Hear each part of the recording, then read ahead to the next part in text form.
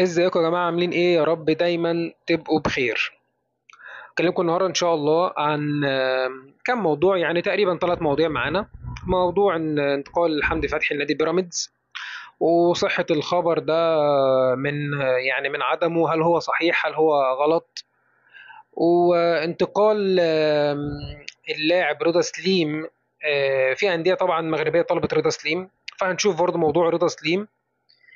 وتصريح لاحمد بالحاج، اللاعب احمد بالحاج اللي كان لعب فتره في الزمالك قليله. واخيرا خالص موضوع امام عاشور، فتابعوا معايا للاخر عشان موضوع امام عاشور ده مهم جدا. اول حاجه يا جماعه، طبعا انتوا عارفين ان حمدي فتحي خلاص، يعني حمدي فتحي كان بيلعب في نادي الوقرة القطري. رجع لعب مع الاهلي شهر كاس العالم للانديه، او مش شهر، يعني فتره اللي لعب فيها الاهلي مع في كاس العالم للانديه. الاهلي كان بيقيم مستواه لان مستواه مش مناسب المرحله، او ان هو يبقى يرجع تاني النادي الاهلي. فالاهلي قال خلاص، لا احنا ايه، مش هنشتري حمدي فتحي.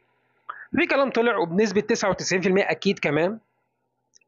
الصحفي امير هشام عبر برنامجه اللي هو بلس 90 قال حمدي فتحي لاعب الوكرة القطري الحالي والذي لعب مع الاهلي مؤخرا على سبيل الاعاره في كاس العالم للانديه تلقى عرضا مغريا من جانب نادي بيراميدز. بيراميدز عرض 2 مليون و100 الف دولار على حمدي فتحي في الموسم الواحد، والمفاوضات حسمت بين الطرفين ويتبقى التوقيع الرسمي. هناك بند في عقد النادي الاهلي مع الوكرة يمنع النادي القطري من بيع اللاعب دون العودة لمسؤول الأهلي. صاحب الأولوية في شراء عقد حمدي فتحي الأهلي حتى الآن لا زال لم يحسم موقفه، ولا بد أن يبلغ نادي الوكرة بعدم رغبته في شراء عقد حمدي فتحي. والعقبة الوحيدة حتى الآن في إتمام إجراءات انتقال اللاعب إلى بيراميدز هي موقف الأهلي. الأهلي لا زال يدرس الموقف بجدية، وفي حالة رغبة النادي في شراء عقد حمدي فتحي سيكون له الأولوية، لكن المقابل المالي المعروض على اللاعب من بيراميدز كبير جدا. بنسبة 95% حمدي فتحي قريب من بيراميدز، والنسبة المتبقية من جانب الأهلي، ولا بد أن يتم اختار النادي الأهلي بالموقف النهائي. تمام، ده كده موضوع حمدي فتحي تقريبا كله. باختصار يا جماعة، زي ما قلت لكم إن النادي الأهلي خلاص هو يعني صرف النظر عن التعاقد مع حمدي فتحي، والراجل جاي له عرض كويس جدا ومغري من بيراميدز. تقريبا يعني اعلى فئه في النادي الاهلي ما بتاخدش نصه. فطبيعي ان النادي الاهلي هيوافق على رحيل حمدي فتحي، لان انا مش عايزك وكمان مش هاجي عليك في انتقالك انتقالك لاي فريق. ازاي يعني؟ انا مثلا مش محتاجك في فريقي، خلاص اروح انا فريق، اي فريق انا حر، لان انا كنت اولويه اجيلك وانت قلت خلاص مش عايزك، فانت براحتك طبعا تروح اي فريق. فالنادي الاهلي انا متاكد بنسبه 100% النادي الاهلي هيوافق على انتقال البيراميدز، من مصلحه اللاعب انه يستفيد من المقابل المادي الكبير، وفي نفس الوقت هو مش محتاجه ومش عايزه.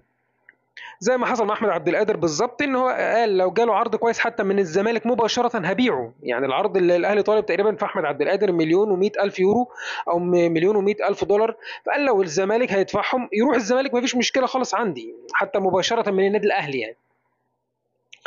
موضوع رضا سليم. موضوع رضا سليم يا جماعه، بقول لك صحيفه 360 سبورت المغربيه بتقول رضا سليم تلقى 3 عروض رسميه من انديه مغربيه كبرى، وهما الجيش الملكي الفريق السابق والرجاء البيضاوي والوداد المغربي.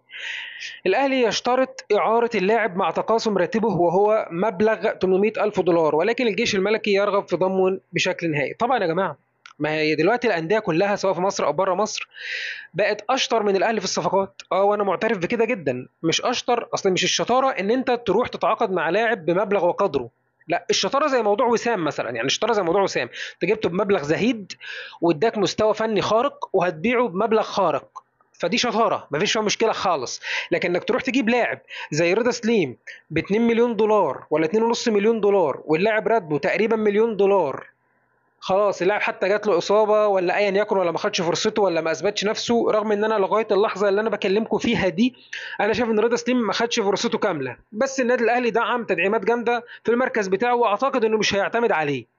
طيب، نهدى بقى ونشوف هنتصرف ازاي. لا الاهلي عايز يخلص من المحترفين الزياده في القائمه عنده، او من المحترفين اللي هم مش هيلعبوا عنده باي طريقه حتى لو بخساره، وده اللي باين قدامي. ما هو دلوقتي الجيش الملكي بيقول لك لا انا هاخده بشكل نهائي طبيعي، لان الاهلي مش هيبيعه حتى بنص مليون دولار. يعني انت تبقى شاريه ب 2 مليون دولار او 2.5 مليون دولار، ومش هبيعه بنص مليون دولار في مستواه الحالي ده. وهياخدوا الجيش الملكي تاني ويلمعوا تاني ويبيعوا ب 2 مليون و3 مليون دولار تاني ويكسب فيه، يبقى كسبان فيه رايح جاي. وكده يبقى الاهلي تقريبا اتضحك عليه، او مش اتضحك عليه، ان هو تعامل بطريقه خاطئه خالص في الصفقه دي. فدي بقى بتحصل كتير في صفقات الاهلي عموما، مش في موضوع رضا سليم بس، وكريستو وغيره وغيره وغيره. فتصرفات غريبه الصراحه. المفروض مجلس اداره النادي الاهلي يشوف حل للموضوع ده، لازم جدا. تصريح لاعب الزمالك السابق احمد بالحاج. احمد بالحاج بيقول لك فترتي في الزمالك كانت صعبه، وكل يوم بروح فيه النادي بيكون فيه مشكله جديده، وشفت حاجات هناك اول مره في عمري اشوفها، وما كانش فيه اي احترافيه. طبعا كلام احمد بالحاج مش يعني مش اول كلام يتقال على نادي الزمالك في التعامل مع اي لعيب او في التصرف او في اي حاجه عموما.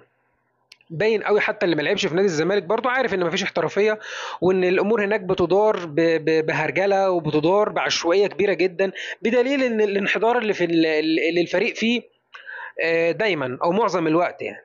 وباين جدا يعني. فتصريح مش جديد عن النادي يعني، ده تصريح قديم، وكل اللعيبه اللي لعبت فيه قالت نفس الكلام.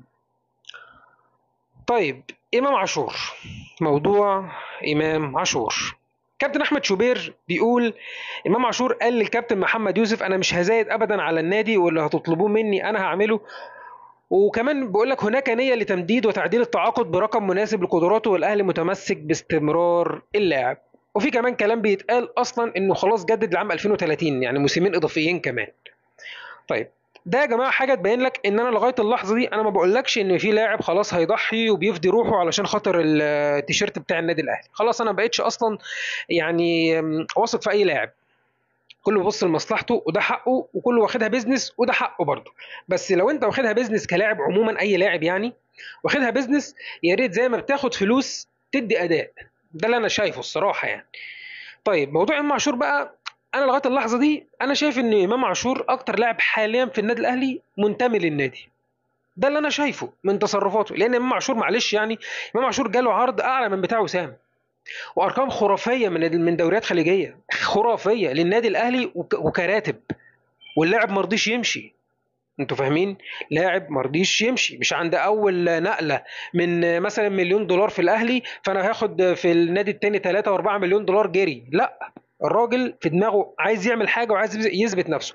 انا ماليش دعوه امام عاشور بعد سنتين ثلاثه هيبقى تصرفه ايه، او بعد سنه حتى يبقى تصرفه ايه. انا بتكلم في الوقت الحالي. في الوقت الحالي اكتر نجم في النادي الاهلي تقريبا في حوار الصفقات ده، او في حوار ال الانديه اللي دخلت تتعامل مع لعيبه النادي الاهلي انها عايزه تشتريها وكده، واكتر نجم كان عليه برواز، والناس كانت بتتكلم كتير في تجديده انه بيعمل مشاكل وعامل قلق وما اعرفش ايه، كان امام عاشور. وانا شايف ان الراجل محترف جدا، والراجل قرر القرار وقال انا تحت امر النادي، وفعلا دي حقيقه.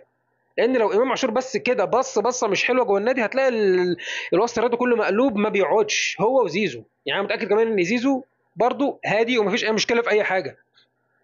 لو في اكتر يعني، لو في اقل حاجه حركه من الاثنين دول محسوبه عليهم بالحرف، اكتر اتنين مستنيين لهم اخطاء، اي اعلام رياضي مستني خطا الاثنين دول. فمعنى ان مفيش خبر حواليهم يبقى الاثنين ماشيين كويس جدا جوه النادي. طبعا ما فيش اعلامي محترم هيطلع يتكلم ويقول لك الناس دي اتعاملت باحترافيه والناس كويسه والمعامله كويسه مع الاداره. لا، بيطلعوا بس يقولوا اوضه اللبس والناس دي مولعه في اوضه اللبس. ده بس اللي بيتقال يعني. فدي حاجه كويسه جدا، وانا مبسوط جدا من تصرف امام عاشور، لانه لاعب موهوب قوي ولاعب كويس جدا جدا جدا، ويستاهل فعلا المكان اللي وصل لها وهيوصل لها ان شاء الله باذن الله مع النادي الاهلي. لانه لسه صغير ولسه قدام الوقت يثبت نفسه اكتر واكتر ان شاء الله، ويرجع للمنتخب تاني ويقود المنتخب كمان ان شاء الله باذن الله. شكرا يا جماعه انكم سمعتوني، وما تنسونيش من دعمكم لايك سبسكرايب. السلام عليكم.